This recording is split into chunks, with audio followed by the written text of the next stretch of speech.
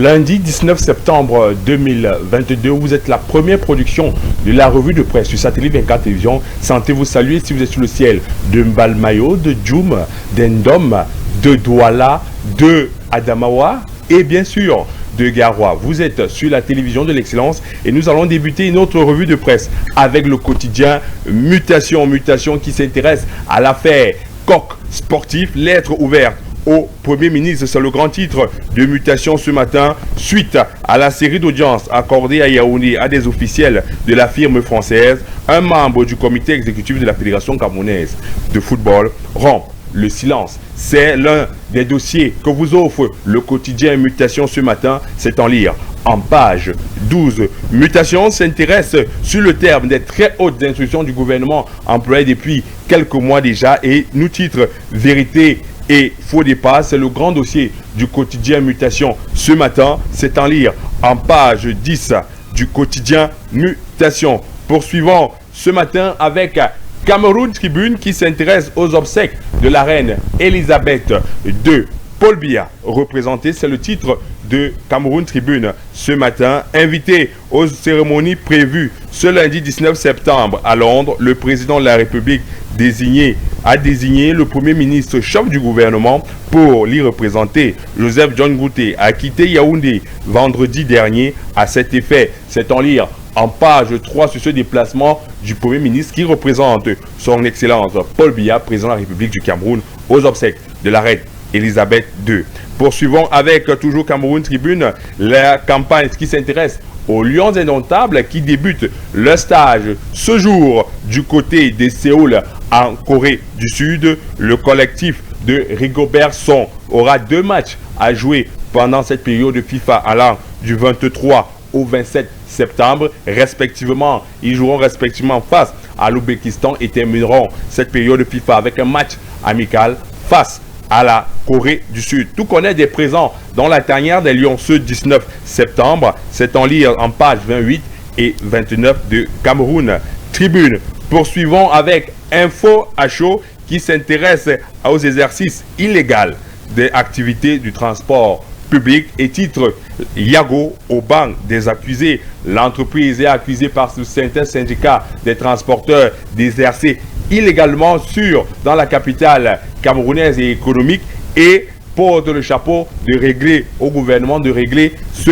problème. C'est en lire en page 6 de Info à chaud. Info à chaud s'intéresse aussi à la culture et s'intéresse à l'artiste Kopo, le remarquable combat. C'est ce que nous apprend ici Info à chaud. C'est en lire en page 10 de Info à chaud. Poursuivons avec l'Indépendant qui s'intéresse aux nominations des directeurs généraux et titre Bataille souterraine. C'est le grand titre de l'Indépendant. Un mouvement de grandes amplitudes est annoncé à la tête des entreprises publiques. En prélude à un remaniement lui-même annoncé depuis des lustres, le vice-dieu a voulu positionner des hommes à certains postes clés. Nous apprend l'Indépendant aura des directeurs généraux passés à la moulinette. Celui des douanes a fait l'objet d'une campagne de démolition savamment huilée. Manque de peau, ces propositions ont été retorquées par les très hautes vigilances du chef de l'État qui ne s'est pas laissé embobiner. C'est en lire en page 3 cette enquête du journal L'Indépendant. Intéressons-nous à la MUSCA, les recommandations du ministre de la Défense Joseph Bétia Sommo au 9e contingent camerounais.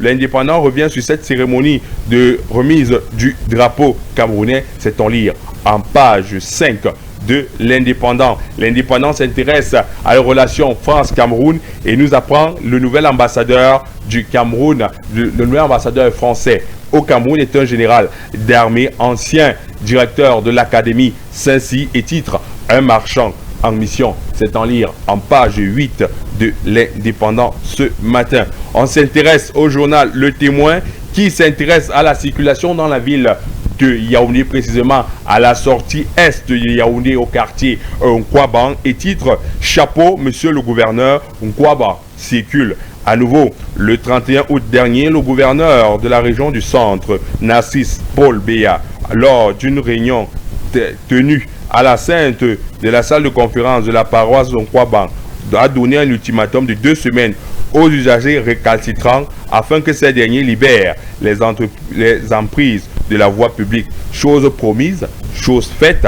Le commissaire central numéro 4, Minjom Christine, phénomène dans la ville de Yaoundé, a été choisi pour exécuter les prescriptions du patron de la région du centre. Et résultat des courses, Nkwabang circule comme un boulevard. Tout connaître de cette réalisation, c'est en lire en page 3 du Témoin. Le Témoin s'intéresse au paquet minimum, les kits scolaires à tête chercheuse du gouvernement. C'est en lire en page 5 du Témoin. On s'intéresse au journal L'Avenir qui fait un focus sur la lutte contre la vie chère. Magloire Mbara Tarna encourage les grossistes à vendre directement dans les maisons des consommateurs. Le ministre du Commerce a apprécié le concept de l'entreprise Swakam lors de sa visite jeudi dernier dans les entrepôts de Yaoundé. Le ministre du Commerce invite les opérateurs économiques à innover par le porte-à-porte afin de mieux servir les consommateurs et lutter contre l'inflation. La réussite de cette opération passe inégalement par l'achat des tricycles pour arpenter les différents quartiers de la ville. Les consommateurs sont appelés à tirer pleinement avantage de ce nouveau concept général qui est appelé à s'étendre sur l'ensemble du territoire national. Lire toutes les explications et toutes les paroles du ministre du Commerce, c'est en lire en page 10 du journal L'Avenir. Le journal L'Avenir s'intéresse au groupe CFAO Retail, lance une synergie contre les déchets plastiques. C'est en lire en page 7 du journal L'Avenir. L'Avenir s'intéresse aussi au ministre des Travaux publics, Emmanuel Nganou Djoumessi, qui a effectué une descente du côté du Madjeni, et lors de ton interview, il nous apprend sur 406 personnels identifiés comme travailleurs du Madjeni, à peine 110 sont en situation régulière. Tout connaître de cette descente de ce côté, c'est en lire dans les pages de journal L'Avenir ce matin. On s'intéresse désormais à Lady News qui signe une alerte écologique dans la ville de Mbalmayo. Selon certaines plaintes des populations, la station Green Hall utiliserait des produits toxiques qui empêcheraient aux consommateurs qui apporteraient des choses néfastes aux consommateurs. Le ministre de l'Environnement a ouvert une enquête. On s'intéresse toujours, Lady News, à la route de Batouri. Ça roule sur 2,2 km de voirie. Le ministre de l'Habitat et du Développement urbain, Célestine Ketcha-Cortez, a procédé ce 16 septembre 2022 à Batouri, dans le département de la Kadey, à la rétrocession de 2,2 km de voirie structurée dans la ville de Batouri. Intéressons-nous maintenant à le nouvel objectif qui s'intéresse à la paix au Cameroun, le chef de l'État au cœur des prières. C'est le titre du journal Nouvel Objectif, le numéro 91, en présence d'une bonne brochette des membres du gouvernement et à l'initiative du collectif des anciens séminaristes catholiques du Cameroun, dont le vice-président est le ministre Henri Yébé Aïssi.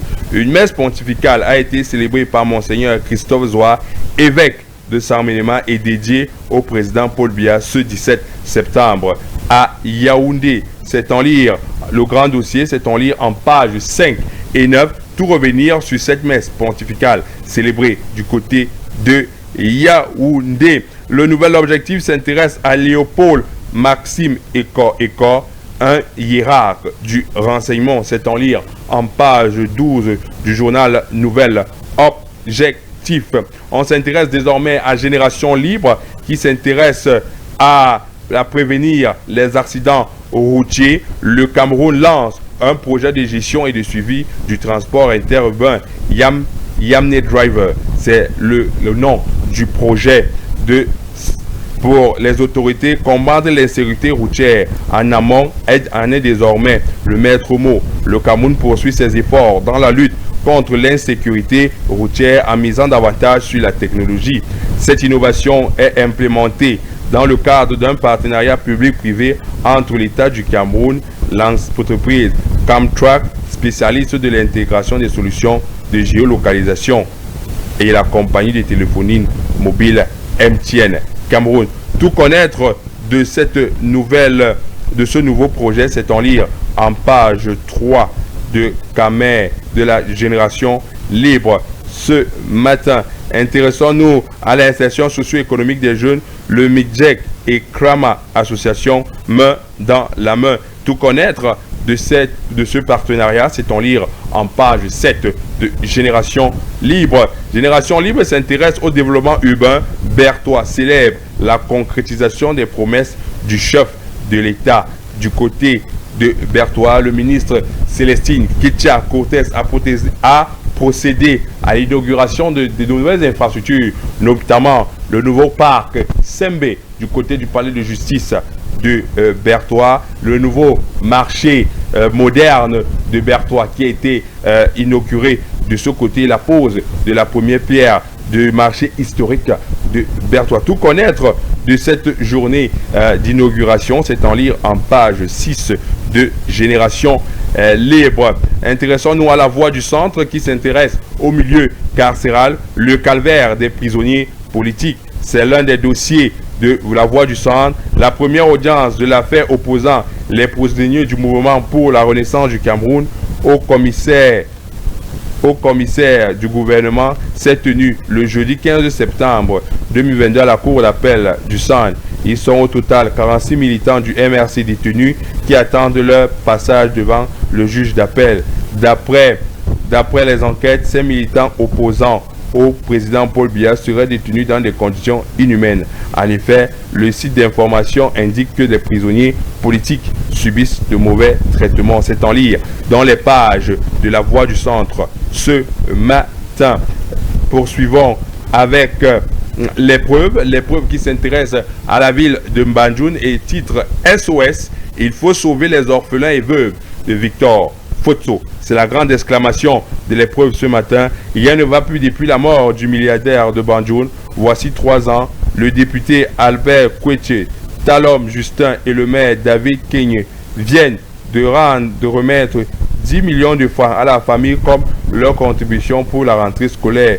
Que ceux que Fosso Victor a soutenu se lèvent pour aider orphelins et veuves en difficulté. C'est en lire dans les pages du journal du bi-hebdomadaire L'épreuve ce matin. Modernisation des villes, le ministre Ketcha Cortés inaugure près de 3 km de route bitumée à Batouri. Célestine Ketcha Cortés a procédé le 16 septembre 2022 à la rétrocession officielle des ouvrages de voirie structurale réalisés dans le cadre du programme PDV à Batouri. C'est en lire dans les pages du bi-hebdomadaire L'épreuve. Intéressons-nous au bi-hebdo l'équation qui s'intéresse à la modernisation des villes. Le chef de l'État arrime Batouri au standard de la modernité. Le ministre Ketcha Cortés a passé une bonne fourchette du côté de l'Est Cameroun et a eu à inaugurer les différents chantiers qu'a promis le chef de l'État à ses populations. Coopération bilatérale entre le Cameroun et la France. L'équation s'intéresse Christophe Guillou chez Achille Basile King 3. Une audience a été accordée à l'ancien ambassadeur de la France du Cameroun qui faisait ses au revoir de ce côté. Intéressons-nous à la santé. Madaouda Malachi et l'onction de l'excellence. C'est en lire dans les pages du bi-hebdo L'équation. On s'intéresse désormais au quotidien Réalité Plus. Kunchi, l'honorable Albert Kunchi, le conseiller municipal Justin Talom et le maire David Kenye volent au secours des orphelins et veuves du feu Victor Fosso. C'est en lire en pages 2 et 3 de Réalité Plus. Réalité Plus s'intéresse aussi à Tinka Fumban, le ministre Njoya Zakario, offre des fournitures scolaires à 600 élèves. C'est en lire en pages 6 et 7 du quotidien Réalité Plus. Poursuivons avec le journal Sans détour qui s'intéresse au traitement d'eau d'Akomiada. Les instructions du ministre de l'eau et de l'énergie améliorent l'approvisionnement de Yaoundé. Une semaine après la visite de travail sur fond de crise, du ministre de l'Eau et de l'Énergie à Komiada, la production de l'usine est passée de 80 000 à 123 000 mètres cubes d'eau par jour grâce à la mission en application de la principale instruction du ministre de l'Eau et de l'Énergie qui avait insisté sur l'augmentation de la quantité du polymère, principal produit de traitement de l'eau, comme un geste de correction au management de la CAM Water, nous apprend le journal Sans détour, c'est en lire en page 2. Le Sans détour s'intéresse à la vie contre la vie, lutte contre la vie chère, Bara Tarna. Nous voulons promouvoir un commerce de grande proximité. Dixit, le ministre du Commerce et son partenaire Swakam viennent de lancer un nouveau concept consistant à rapprocher davantage les espaces marchands des consommateurs afin de contourner les circuits de spéculation. Un saut qualitatif dans la lutte contre la vie chère. C'est en lire en page 5 du journal Sans détour.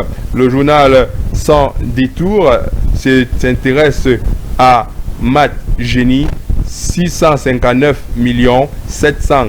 704 891 francs pour apurer la dette. Le plan de relance de l'entreprise publique envisagé par le ministre des Travaux publics Emmanuel Nganou Djou-Messi. C'est en ligne en page 6 de Sans détour. On s'intéresse à Miomesala Hebdo qui s'intéresse progrès social, croissance économique, situation sécuritaire, les préoccupations majeures de Paul Biya. C'est le grand titre de Miomesala Hebdo, déterminé à transformer le Cameroun en un pays émergent en veillant à une répartition équitable des fruits du développement. Le chef de l'État fait face à des pesanteurs et à géométrie variable. Guerre de positionnement, corruption et clientélisme sont autant de mots caractéristiques d'une équipe gouvernementale peu solidaire et dont l'action diminue la cote de popularité du président de la République. C'est en lire le grand dossier de Miomesala Hebdo, c'est en lire en page 6 et 7. Miomesala Hebdo s'intéresse au Grand Prix cycliste international Chantal Biya. L'arrivée de l'édition 2022 sera jugée à Miomesala. C'est en lire dans page 10 de Miomesala Hebdo. On s'intéresse au journal La Nouvelle. Produit Jansang, le PM recadre Madaouda Malachi, ministre de la Santé publique. Connaître le grand dossier du journal La Nouvelle en page 6 et à 9. On s'intéresse à la Kamwata, le degré zéro du management. C'est le questionnement sur l'approvisionnement en eau potable de la ville de Yaoundé. C'est en lire en page 2 et 3 de La Nouvelle. On poursuit, on termine avec Ecofinance Hebdo qui s'intéresse à Jeanne Daniel Laté. La 13e édition du Fotral a attiré plus de 70 000 visiteurs. C'est ce qui en ressort de l'interview accordée par Ecofinance Hebdo à la présidente du réseau des femmes actives d'Afrique centrale, REFAC, organisatrice de la foire transfrontalière annuelle d'Afrique centrale. Donc, la 13e édition s'est déroulée du 28 juin au 6 août 2022 à Kiousi. Le bilan de cette énième édition de la foire de l'intégration socio-économique de la sous-région en est plutôt satisfaisante. C'est en lire en page 7 et 8 d'Ecofinance Hebdo. Ecofinance Hebdo s'intéresse aux concertations entre la Direction générale des impôts et le secteur privé. Modeste Mopa salue la résilience du secteur privé. C'est de lire le grand dossier de cet échange entre le directeur général des impôts et le groupement interpatronal du Cameroun. C'est dans le grand dossier que nous offre Ecofinance Hebdo. C'est ainsi que prend fin la revue de presse sur Satellite 24 Télévision. Restez connectés sur nos programmes. Le prochain rendez-vous, c'est demain lorsqu'il sera 8h. D'ici là, passez une très bonne journée.